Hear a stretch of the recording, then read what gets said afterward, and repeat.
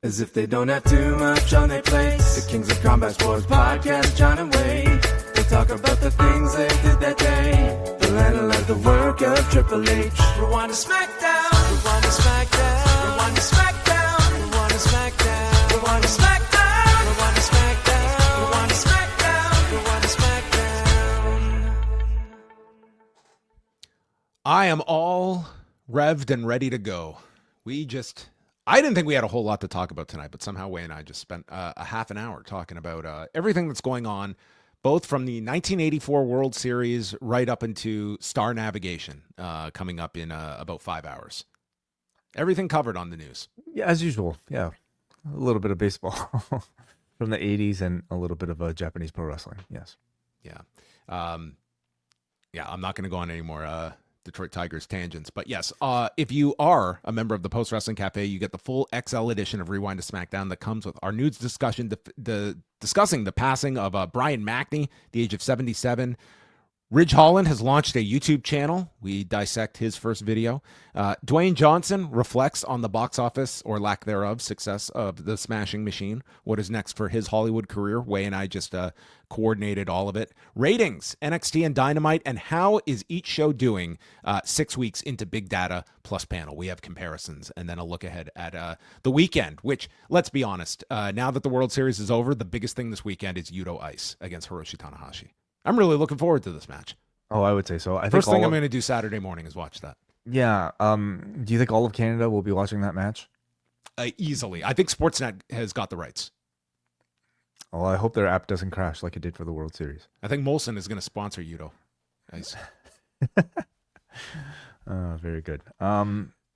Hey, quick plug here for our latest edition of Rewind-A-Way, which hopefully almost all of you had a chance to listen to at least a little bit of, because we did put the first 30 minutes entirely over on our free feeds. So postwrestlingcafe.com currently has Rewind-A-Way number 193, talking about the greatest retirement matches. Really enjoyed this one, John.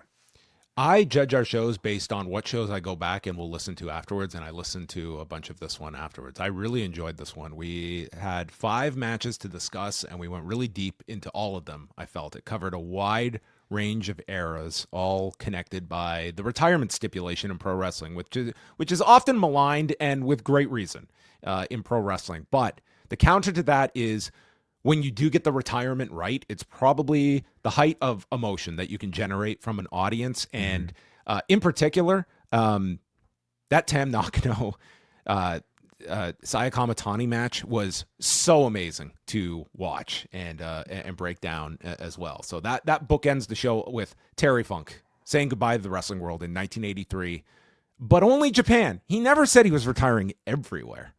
No, but when he did say that, he came back too. So anyway, we are talking about retirement matches, meaning they are promoted as such, regardless of whether or not they actually stick. So we talk about those 2 matches: Ric Flair and Shawn Michaels and The Undertaker, and of course Sting and Darby Allin taking on the Bucks. All very different matches, but I think all presenting, I would say, pretty emotional, conclusion in either case. So we should have kept tabs of the tears, like how many Terry Funk cried. Flair, both obviously. Kamatani and Nakano cried. Of course, Ric Flair cried. There were no tears in the AEW one, even though Darby amazingly did not cry, despite his back being like sliced open. His back cried blood.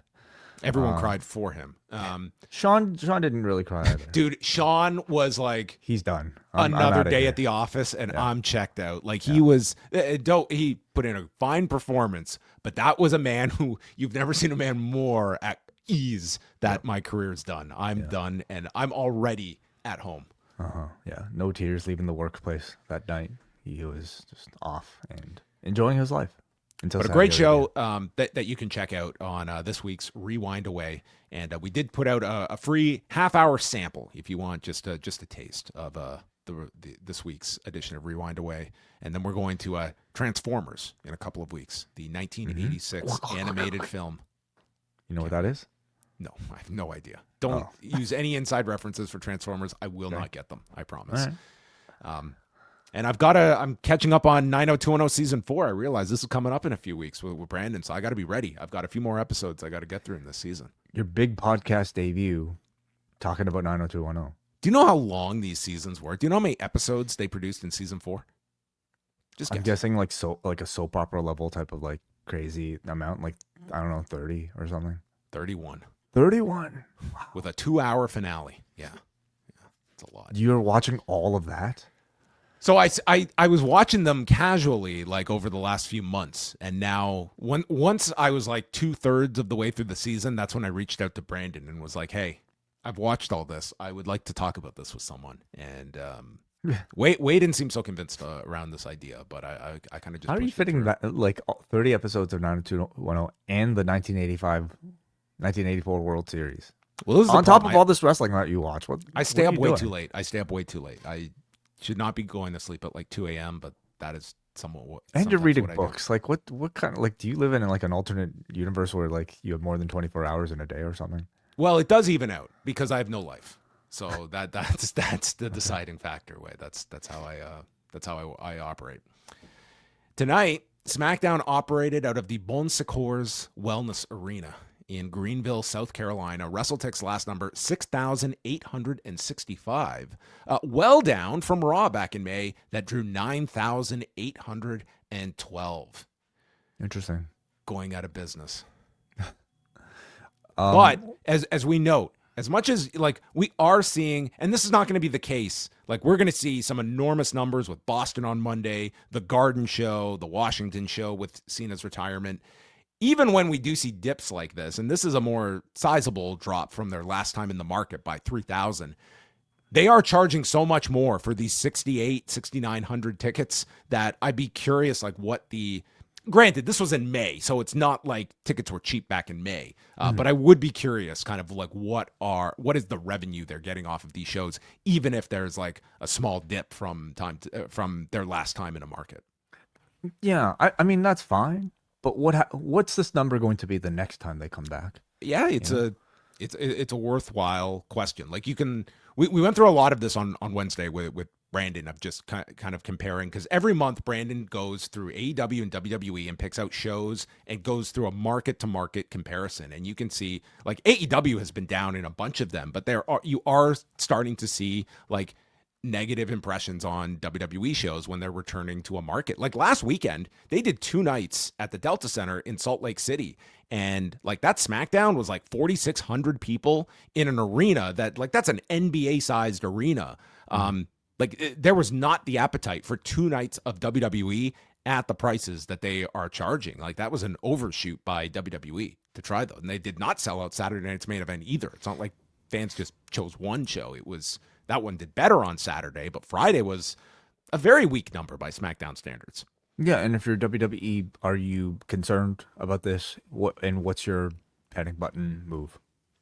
I mean, I would say like if it becomes enough of a trend that they see, and again, we're operating without the understanding of like what are the gates here? Like if gates are healthy, like I don't think they're worried about less people as long as they're making revenue, but they will respond accordingly. Like if they are overpricing the market, they're not going to be stubborn about that. And that's what we've always said is like, as long as these fans are meeting the demand, there's no incentive to lower prices. But once there is not that demand, then you do have to adjust. And I don't think they're foolish. I don't think they would well, the concern is even if you did adjust, would people come? Is it like, at what point does it reflect a softening of interest in the product itself, regardless of the pricing? There is the larger question of like, have you created enough of an environment that, a portion of your fan base are like, they've kind of been turned away by your product and it will take more for them to want to go? Or is there a built up hunger that when WWE comes and you see tickets that are not exorbitant and there's some affordable pricing, maybe you have that hunger to go? It's an unknown question. Cody starts the show and he states that Drew was the one who brought the belt into the ring at Saturday night's main event. So he proclaims, "I'm moving on," which is code in WWE for "we're continuing." And he calls this the most important belt in the business. And he's going to go out and watch this show with the fans because there's plenty of seats for him to find uncalled or unattached with tickets. But before he can get to an open seat, the Snake people come out. And Alistair and Zelina are ready for something new after, quote, setting Damian Priest on fire. Zelina stands between them, slaps Cody, and Aldis is out because it is 8:10 p.m. and this 2-hour show, it's got an empty 15 minutes at the end of it. So thank God for this interruption, because Cody and Alistair will renew their AEW feud and have their first singles match since 2021 tonight. Yes. That legendary program. Yes, their 3-match series. Yeah. Of Malachi. Yeah. Yeah. Fine. I have no real kind of thoughts on any of this. He came out, got challenged, and the match is happening. About as generic of an opening segment as I think you could get. Sounds like you were enthralled by this add-on. Didn't do much for me, but it got us a main event. Ilja's on his way to the ring backstage, and for the second week in a row runs into Tama Tonga. Mm-hmm. What did Tama say here? I just want to hear that. Of course, yes. So he comes out for the open challenge, and it's answered by DIY, but you're under the impression that Ciampa is the one who is going to take this and takes issue with being called a jackass. So Ilja accepts the challenge, but not from you, from him. And he points to the corner, and Corey Graves says, "Mind games," from Ilja. Mind games, as he picks Johnny Gargano. They're really making us wait for this elusive Ciampa match. Oh, man. Yeah. I wonder if we're getting it, or if he's just going to, like, this is it. I tried, didn't get it. Every week he comes out, and Ilja chooses someone else. Next week's Candice is going to get the open challenge spot. So Ilja Dragunov and Johnny Gargano, our first of 2 U.S. championship matches on this show. So Ciampa distracts, giving Gargano the early advantage. Gargano hits his slingshot spear, and this crowd, so excited by this contest, began a light Michael Cole chant. They get into striking on the feet. Constantine's special is hit by Dragunov, and then a bombs away knee drop, which even elicited a Ray Stevens mention by Corey Graves. And then it's Gargano fighting back. This vicious super kick hits, and a poison rana follows. Ilja knocks him off the buckle, hits the senton, and goes for the H-bomb, but is booted in the face. And as he goes for another Constantine special, Candice LeRae prevents the move from the floor as Gargano hits a leaping tornado DDT to the floor. And one final beat, Ilja kicks out. He goes for another one final beat, and Ilja stops him, deadlift superplex, and then boom with the H-bomb in 10 minutes and 55 seconds. Ilja retains.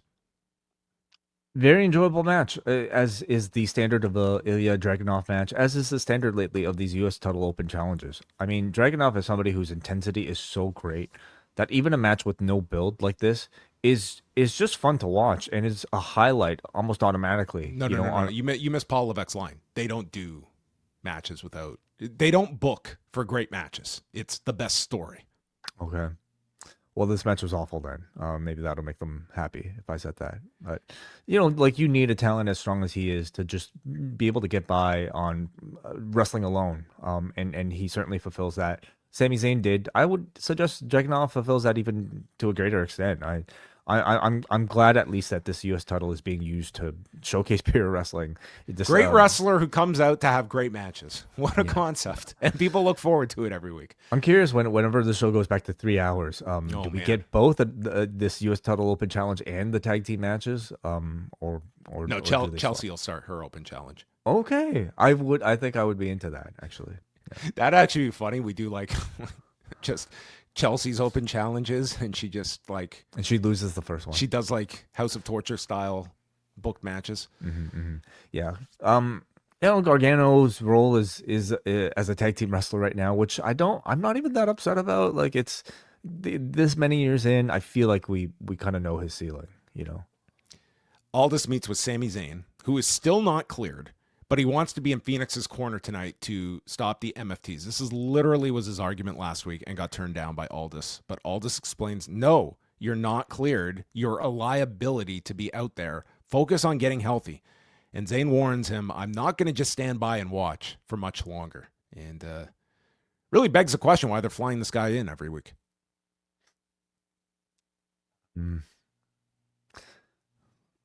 Maybe he drove. himself. From Florida to Sure. South Carolina. I mean, That's you, not you that can, bad. you can do it. Yeah. R-Truth is in next. He's in his Cena gear. He has 2 balls that he hands over and says his balls are in Nick's hands. Nick explains, your name's already in the tumbler. And we got more jokes about balls. This was so funny. So funny. Yeah. I'm glad they brought him back. I'm This glad has he's been- found the joy in his life This again. has been Yeah. the return everyone wanted back in May. Realistically, let's say he didn't come back. What would he be doing right now? He'd be doing the same shit, but in TNA. Okay? Because I don't know if I saw him in AEW. If this were pre-pandemic, I think this guy would be murdering it on the indies. Doing little wrestling, What but would promotion? be so over. Bola? When there was an actual like stronger independent scene that I don't feel he Think would. this guy's foster working as much. GCW. I think he could do whatever he wants. Just like this guy could go and he'd make a killing off, pardon the pun, off like meet and greets, merchandise. Imagine this guy doing his podcast. This guy doing a YouTube channel. I could see a podcast. Yeah, This I guy could could see do that. anything he wants, but you know, it's as though like his release never happened. He's like right back to the exact same spot. But hey, if he got a nice deal out of it, then more power to him. Sure. Yeah. But he's in the exact same spot. Gargano apologizes to Ciampa, and Axiom and Fraser laugh and call them jackasses. They just stood there. And they agreed. Jade Cargill walks out as the new women's champion. She is putting the women's locker room on notice because I'm that bitch. And leaves. Best promo she's cut. Short and sweet. Yeah. I don't know if she said that line since coming to the WWE. I don't know if I don't think she said it in WWE. Yeah. Yeah. Brought it back. Lovely. Is this IP that is being taken? I don't know. I don't know if that's been copyrighted or not on that bitch. Yeah. But I love this. Like it was, she came out like you're thinking she's going to talk a whole lot. She came out and just said, "I'm that bitch," drops the mic, leaves. That's great. Like her strength is like 75% aura. And there's nothing wrong with that. Some of the greatest wrestlers of all time are 75% aura. Why not just emphasize it and just, by having her not speak as much, I think it only preserves that. It doesn't just preserve it. I think it emphasizes it. Creates a little bit of mystique and a bit of more of a cool factor that was not as strong when she was a babyface. So I really liked it. How much time did Goldberg really need for a retirement speech? That was the underlying theme of this promo. Who's next? Nobody. Bye. That's it. That's all you need to say. My bed. So she walks out, and then Charlotte makes her entrance with Alexa Bliss, and we have the stare down between Jade and Charlotte, which was kind of like Jade's like first interaction when she came to WWE, and they teased this backstage. Right. So this was teased a long, long time ago, and all these years later, maybe they'll get around to it. And Flair tries to go after Jade as they're trading words, and Alexa pulls Charlotte away because she has a match to focus on. So really, that feels like a first challenger. Like that's like a pretty imminent thing, right? Unless this was meant to be a longer term tease, like for either a Rumble or even a WrestleMania. Feels like something bigger you could get towards rather than Survivor Series, but you also could do it you could do it sooner. Yeah. It of course lends also to a bit more expectation to the idea that she's moving on. Charlotte is moving on from the tag division. Chelsea and Elba Fire are in the back speaking Spanish when Michin and BFAB enter to remind her that Giulia has surpassed your reign as U.S. champion. More to come on that. And then Chelsea goes off on she's going to win back the U.S. title. She'll be the first and fourth women's United States champion. Then she'll become the greatest women's champion as Jade is overhearing this. Chelsea cowers to Jade, and then Jade has some words for BFAB, and those two start arguing, setting up Jade against BFAB next week. Yeah, which I think that match may be as long as Jade's promo tonight.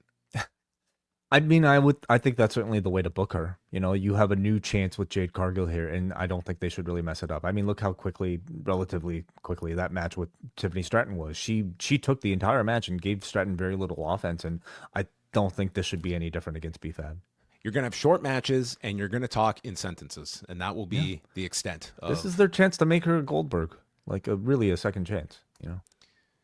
So Charlotte and Nia Jax, they did not generate a whole lot of heat in this match, but it was Jax getting sent to the floor. Flair fought back with a pescado, rammed Jax into the post, and then it's big chops, moonsault off the top by Charlotte for a 2 count, and Jax catches her with a sit-out powerbomb, misses the Annihilator, and Jax gets to her feet, lifts her on the shoulders to place on the apron, and is sent into a tree of woe. Flair leaps over with a knee drop, and then the tornado DDT by Charlotte when all of a sudden Lash Legend appears. And we got Marina Shafir and Timeless Tony Storm, pretty much the same thing, where Lash chokes out Alexa Bliss on the floor. This distracts Charlotte, leading to the Annihilator, and Nia pinning Charlotte in 10 minutes and 24 seconds, and making it very clear that Lash and Nia Jax have formed an alliance. And this looks to be the official call-up for Lash Legend. Mm-hmm.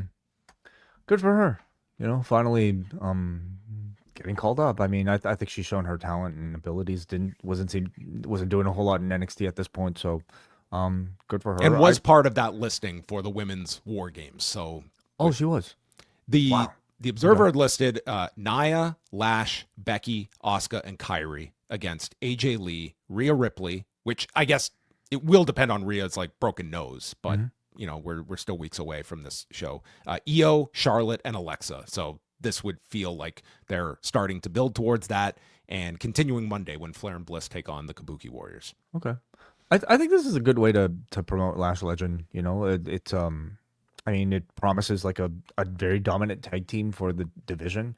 And I think it's I'm curious to see personality wise, like what she's able to do with Nia. Cause I'm sure there's some chemistry there, but it's not as apparent to me, you know, with the two of them as personalities. They were basically feuding in NXT, but they did address that in the promo because Kathy Kelly interviews them and Jax explains she had to go find a friend, and Lash was a formidable adversary when I faced her in NXT, and Lash says, I'm everything I say I am. The two of us are going straight to the top. So it's not just an alliance here. It looks like, you know, it does feel like they are trying to give some bolstering to this women's tag division and these two being added to it. So, you know, fine call up, and we will see how like Lash has, like, there was a time when she was on NXT television and she was so not ready, and she did make a lot of strides in NXT. I like the idea of her being paired with somebody for this call up rather than just being on her own at the moment.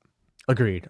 I mean, I think she had something with Jakara Jackson, but I mean, maybe rightfully so, didn't see enough in Jakara Jackson. We'll see if she's able to build a similar chemistry with Nia Jax here. I mean, it's since, you know, through this finish, of course, that they're probably going to face Charlotte and Alexa, but I think everyone's going to face Charlotte and Alexa by the end of this show. But I also feel Charlotte and Alexa are likely to lose the championships on Monday. So is this just going to be a titleless feud, or could Charlotte and Alexa actually retain against the Kabuki Warriors? Well, I could see Nia and Lash being involved on Monday, especially if all these heels are getting together for War Games. Like that would make sense to lead to all of this. Aldis announces for the John Cena tournament starting next week, The Miz will face Jey Uso. And LA Knight will face, I'm going to keep this one a surprise. I think he drew R-Truth. R-Truth. No. Who could it be? It's Matthew Justice. I don't know. Tune in next week, folks. I think it is smart to keep some of these surprises. Who's the type of name that would make Aldis react that way? Okay, let's assume this is a surprise from NXT. Scott Steiner. Yeah, he should keep anyone in NXT. This will. Where are they next week? I think they're in Not anyone in NXT. Like if the name was Saquon Sugars. Like you think Aldis would react that way? You know what that would mean, though. We'd get Suge Knight. Very good. I almost want to see it because of that. I'm reading my latest reading way. I'm reading the new Tupac book. I don't know how you find the time. You are just as interesting as Brandon from New Jersey. Wow. Fascinating childhood. for Tupac. Yeah. We move on. Giulia and Chelsea Green for the United States Championship. Chelsea was in the Mexican colors after winning the mixed tag titles with Ethan Page. Arriva Dirce was hit by Giulia within seconds. No one reacted. Chelsea kicked out. It's like nothing. It was just like nothing. This move was like how many people can name her finishers? Like well, how long? I don't know how long she's had this championship, but it's been such a nothing run.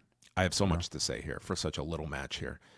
Green is tossed towards the corner with a Beal, and then Kiana James gets involved, nailing Green with a forearm. So Elba Fire takes out Kiana, and Giulia leaps tries to go through the ropes to attack Elba, allowing Chelsea to roll up Giulia with a roll-up using the rope and pins her in 1 minute, 37 seconds. So Chelsea wins back the title. She is a double champion with Ethan Page, who she celebrates with in the crowd. And this ends what I have to call like the most disappointing title run in all of WWE this year. Mm-hmm. And Agreed. What a nothing match to end this with. And one where I don't care what you do. Like there was nothing about this that told me there is something for Giulia after this. It just felt like this title run didn't work. Let's go back to the person it did work with, and we'll give her the double title gimmick with her partner. Giulia has been a remarkably miscast, misused character in WWE this year. And this whole handling of this title run and ending it in 90 seconds like this was just the cherry on top to that argument. Yeah. And honestly, I'm not really upset, man, because this run was not good whatsoever. I mean, the reason why you would hire Giulia for this, for any company in the first place is because she's a very good wrestler, and she had very little time to showcase that. That's the thing that would get her over. That's the thing that's getting, like, Asuka, Io, at least over to a certain level, to the point now where the audiences have invested enough in them as characters. They didn't let her wrestle, and they certainly didn't give her any sort of character. They gave her a manager that feels incredibly, that I don't think she has any chemistry with. There's no chemistry between these two. Nothing. None. And they didn't even let her wrestle, her greatest attribute. So I don't understand the decision behind it. Clearly a lot of a lack of foresight in the plan for how this run was going to go. And it's at the point now where I'm not really upset that we're going back to Chelsea. So it's almost just laughable. Like, we're at this point now where, so I kind of understand the gimmick here. They've got a Mexican championship, what Ethan Page is now kind of calling like a Canadian championship, and now they have the American championship. So they truly own all of North America. But it's just laughable that this concept was too clever for them to not execute. They ended this Giulia run for a punchline, essentially, and it's hilarious, right? It's just been a terrible run for Giulia, and I'm not upset that we're going back to comedy here, because maybe it's the way to go, because this writing staff, certainly on SmackDown, and maybe this division, just isn't so suited for, like, clearly just a wrestling based championship.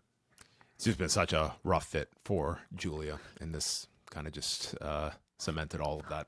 I really hope that this is a path for Ethan Page to actually get onto the main roster as well. Listen, I think Ethan Page has been, like, what a value pickup for WWE of someone that, like, I didn't know how things would go for him when he joined NXT, and he has turned out to be, you can see just he is someone that they have total trust in. Like, when they send him to AAA, or they put him in these roles, like, I would not have guaranteed that this guy would have made the main roster. And now I'm just expecting, like, him, like, here we got him on SmackDown. And if they're going to utilize, like, these two are a great act together, yes, that they kind of just threw together in NXT, and it's worked really well. And I think it could easily transfer to the main roster. And it's a great path for somebody like an Ethan Page onto the main roster, because they could debut him as a single star. They could have him do an open challenge for, like, Ilja Dragunov, and I think he'd be fine. But then the next week he'd just be in the back with Kit Wilson doing nothing.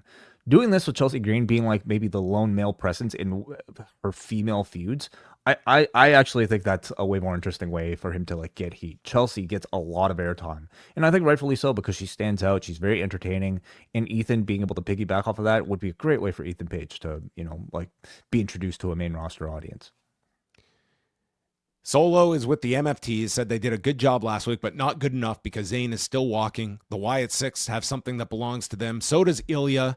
He has tasked Tama Tonga with going for that, while Tala needs to make a statement tonight. So Tala literally roars into the air in agreement to this as the Wyatts then crawl from the darkness in the shadows behind them. I think each member of MFTs needs like an animal sound that they can replicate. We don't need words beyond Solo, okay? Yeah. He is the Solo speaker. Yeah, we got Tama. Now Tala just roars like a lion. Like a lion, sure. Tonga is maybe still to be determined. And then we've got maybe a hummingbird. No? Yeah. Jeff, for Cobb? Yeah, what could JC be? What spirit animal do you see? Yeah, he's still working on one. I don't know what is native to like Guam. Maybe Guam. Let me look this up. Guam. Let's see what Guam's national animal is. Okay. The carabao. That was going to be my next guess. The water buffalo. Do you mean caribou? No, carabao. Carabao. BAO. Okay. Wait a second. Let me just look this up. Carabao are the looks like just a big cow. All right. It looks like a bull. Yeah, sure. Bull, yeah. That too. You mess with the bull, you get the cob. Okay. Bliss is in the trainer's room with Charlotte, and Charlotte apologizes for losing. Bliss is like, no, I'm sorry. That happened out there. And the trainer's like, I'm going to go get you ice. So he leaves and came back, and I thought Yuto was here. But no, in fact, it's a trainer in disguise, and it is Asuka who pulls down the doctor's outfit, spits mist at them, as Cole remarks, the Kabuki doctors. This really got me. I thought this was actually out of nowhere, completely preposterous, but enjoyable nonetheless. You know, you put a face mask on somebody, suddenly you don't see that half their face is painted. And she needs to be in like a horror movie of some sort. I think she would be fantastic. Oh, I'd watch that. Yeah. Yeah. This was what a trainer's room. Awesome. So yeah, that sets the table for Monday. You think we're getting the title change Monday? I think it's likely. I feel all signs point to it. I mean, it just really freshens things up, and Asuka and Kairi are so hot right now. Rey Fenix and Tala Tonga, Nakamura, and the Motor City Machine Guns all attack the MFTs beforehand, before the bell. So Phoenix dives onto Tala, then goes for again, and rams Tala into the post. And they had to do pretty much like Rey Fenix. They instructed him, you are now Rey Mysterio. Okay, that's how you work your matches. You fight from behind and as the underdog. Phoenix. Maybe people just mistook him. Like the board says Rey, and they're like, "Hey, Rey, what are you doing here?" Michael Cole will absolutely start calling this guy Ray at some point. Phoenix hits his leaping spin kick in the corner. Sunset gets stopped, and then the goodbye amigo and a high cross gets Tala off his feet, and Phoenix comes off the top. Tala goes for a choke slam, and it's turned into a Rana, which Tala blocks, power bombs him, and finishes him with the choke slam in 9 minutes and 13 seconds. And then, as if the loss wasn't enough, Michael Cole reminds us, remember, Rey had the advantage because of Nakamura and the machine guns at the beginning, too. It's like, yeah, the numbers game was not in their favor, I guess. So Sammy runs down with a chair to chase off the MFTs and does not get suspended as another member of the locker room. He didn't attack a referee. Okay. Well, he still defied orders. He's a liability. He could cause a lawsuit here. I guess they're used to that. Yeah. They're very sure that people aren't willing to pay the money to sue them, I guess. I mean, this match was a pretty expected outcome here. You know, Tala Tonga is by far the most credible threat behind the MFTs right now, but that's not honestly saying much because I don't think they're a very they're not a very scary group. It kind of sucks to see Rey Fenix, be put into this role, but at this point it feels like it's a natural progression. I wasn't that impressed with Tala Tonga here. Like he came across to me just like very generic big man, complete with the most generic finisher a big man could have, which is a power bomb and a choke slam. So maybe he's been taking notes from Kevin Nash as well. Because yes, he definitely looked big. He definitely looked tall, but his wrestling style also felt like it was out of 1995. So yeah, I felt really nothing there. Great year for Tala to lean on. He needs to check out 1984. Very underrated year. Oh. But then, like, honestly, like he is a guy where I wonder if, like, actually spending a year in NXT on NXT television would have actually benefited him, because you look at somebody like an Obafemi right now, who I think is already way more charismatic than Tala Tonga. No, I think sitting on the sidelines for a year after New Japan was the better play. Yeah. I think that got him better. To be quite honest, like, you bring up like an Obafemi, it's like I would love to see those two like next to each other. Like, Tala Tonga is like, a lot going for him is his size, and his size would stand out a whole lot more in NXT than it will here on SmackDown. Like, imagine this guy standing next to Drew McIntyre. You know what I mean? Like, the size is not going to be so. There's only so many Ray Phoenixes you can put next to this guy, and like, he's kind of like an average size. He is tall, I'll give him that, but it's not like this guy's hulking over everybody. And when you're tall in a land of tall people, like, you kind of have to stand out in other ways. That's either through charisma, through a gimmick, or through your promo. And I guess we just haven't really had a chance to see that from him yet. But lots of opportunities for punts with the name, so there's the positives. We've heard him roar. I love that roar. I think that should be his catchphrase. Next week on SmackDown, Jade Cargill against B-Fab, Jey Uso against The Miz in the tournament, and LA Knight against Jun Kasai. Can't wait. That would make Nick Aldis react that way for sure. Yeah. Kathy Kelly catches up with The Miz. He is asked about the payback he got on Carmelo Hayes, who has just disappeared this week. Everything The Miz touches turns to gold. He made Hayes relevant. I beat John Cena in the main event of WrestleMania. There shouldn't even be a tournament. I am the obvious choice. Jey Uso is just a highlight. Highlights fade. I will beat him, then I will end the career of John Cena. I think everything he promised here will not happen. Unlikely, but he sounded very passionate about it. Well, that's The Miz. Monday's Raw. Cena's on the show in Boston. The tournament matches are Nakamura against Sheamus and Rusev against Damian Priest. Bliss and Charlotte defending the tag titles against the Kabuki Warriors, and Stephanie Vacquet versus Raquel Rodriguez for the women's title. All right. And then we go to Cody Rhodes and Aleister Black. First matchup together in over 4 years. Black has some counters early on for Cody's offense, and Zelina starts choking Cody from the floor. Cody comes back, disaster kick, calls for the crossroads early, not realizing it was only 9:52, so it stopped with a knee, and Black hits a PK. Cody hits the Cody cutter, only gets a 2, and then he's wasting time with the bionic elbow, allowing for Black to hit a head kick. And as the Black Mass is attempted, it gets stopped, the crossroads is stopped, and they trade kicks, both men go down. And with that, Dan Engler, surveying the two men, doesn't see his blind spot, because in runs Drew McIntyre, who claymores Engler, screaming at Dan that he too is against him. I left this assuming this was the referee from Saturday. I was not going to go back to double check this, but Cody attacks Drew. Black gets involved. Damian Priest runs down. His eye looks like it is back to 100% after the burning, so that's good. Zelina tries to leap on Priest, but Priest just doesn't want anything to do with Zelina, but because of the distraction, Aleister Black goes for the eye of Damian Priest. Cody Cutter is hit to Drew, and then Aldis has had enough. He comes out and he tells Drew, "You are suspended." And Drew yells that everyone is against me. And that's how the show ends, and presumably gets this guy out of the John Cena tournament and, I don't know, disappears for a pay-per-view cycle, if that. Yeah, I'm assuming he's just going back home for whatever reason. These sort of like suspensions they just really mean nothing anymore, right? Like, it just, these days I think we can all read that it's a guy taking a break. Just fine, but like I'm at the point now where you don't even have to justify it. Like, just go away. Like, it's, we're not gonna ask any questions. Show up 2 months later, whatever. Like, okay, you're gone. He's you're back.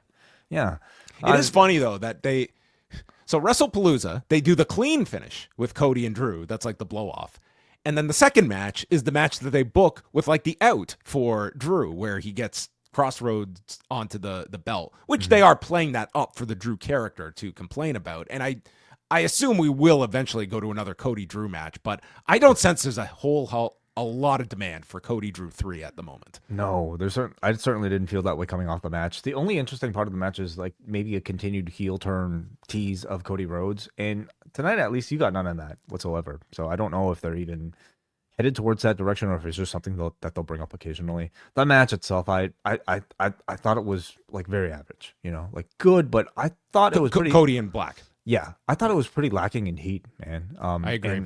And that's kind of concerning for Cody, but maybe it's more reflective of Aleister Black, who, I mean, despite Zelina, I think looks great with him.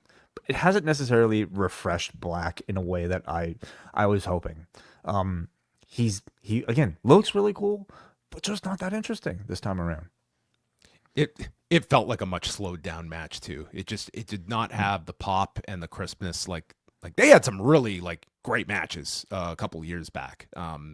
I didn't sense it. Like at the end of this, was I dying to see a rematch between these two? I really was not.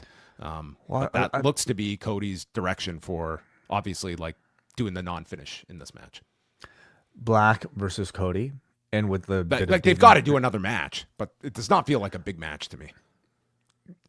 Yeah, I guess I'm just not so sure because like maybe they really don't want to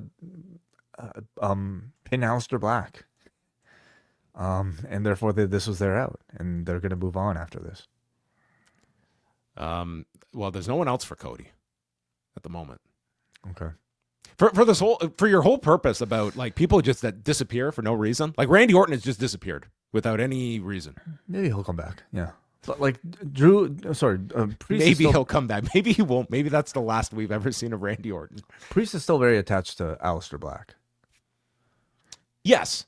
I did like the fact that you had, you also had the history of Damian Priest with Drew McIntyre. So like the run-in was not just, well, this is my opponent and Cody's dealing with Aleister. It's like there is actually a history that Damian has with both these guys that there's at least a logical reason here to do this. I thought at least you would get like a tag match coming out of this, but they did the suspension deal. Any indication of whether Cody might be part of War Games or not? Do you not expect Cody at this? I guess it depends if they want a title match at Survivor Series because I don't think you're going to, like, I think Punk for sure is in War Games. So that eliminates that title match. And then do you want both your world champions in there? Like, I could see them doing Cody and Aleister Black on that show because they have no other challenger ready with Drew gone. Yeah, they will need to do something with that. Yeah, I wasn't as enthralled with the match either, and yeah, the angle with Drew at the end. High points of the show: the U.S. title challenge continues to be, I think, a great aspect to these SmackDown shows. I think it really helps. The end of this with that soundbite in my head, I couldn't imagine this being a 3-hour show. Oh yeah, we'll get ready. It's just it to me it just feels very much like a B show with like an overall feeling that is not as strong. That said, I'm very high on Jade's new heel presentation. I'm looking forward to like her just being pushed as a pure dominant Goldberg style of heel. So we'll see what that BFAT match will be like next week. Chelsea winning the U.S. Championship. We've expressed our disappointment about this Giulia run. I am curious to see like what she does with Ethan Page as a U.S., Mexican, Canadian group of champions. I think that's going to be very entertaining. So beyond that, man, I have very little interest in like what the men are doing right now between the MFTs. Cody and Drew is to me pretty lacking. Priest and Black is just, And we didn't even get a follow up with Kit Wilson and Carmelo this week. Oh, shame. Damn it. Well, there you go, everybody. That was SmackDown. Any final thoughts? No, it's not. It wasn't that strong of a show tonight, I felt. Well, we are going to say goodbye on the YouTube feed because we are going to be heading on over to the forum. But again, this coming weekend, if you want to check out Collision Course, Wai Ting will be joining Kate from Montreal right after Collision on Saturday evening. On Sunday, we've got the N.W.A. podcast going live. Are you sure? No, I'm wrong. I was doing the schedule for next week. That's next Sunday. Next Sunday they'll be here. So look out for that. But you got Collision Course this weekend, and do, if you have time, go back and check out the greatest retirement matches on Rewind-A-Way. A fun show. And our double and espresso tier patrons have access to daily news updates, courtesy of John Pollock, Jack Wannon, doing today's as well. Get all caught up on the week's news if you've kind of been left behind with these short little podcasts, just simply recapping a lot of what is on postwrestling.com right now. All right. We'll say goodbye to you on the YouTube channel. We're back Monday night after Raw.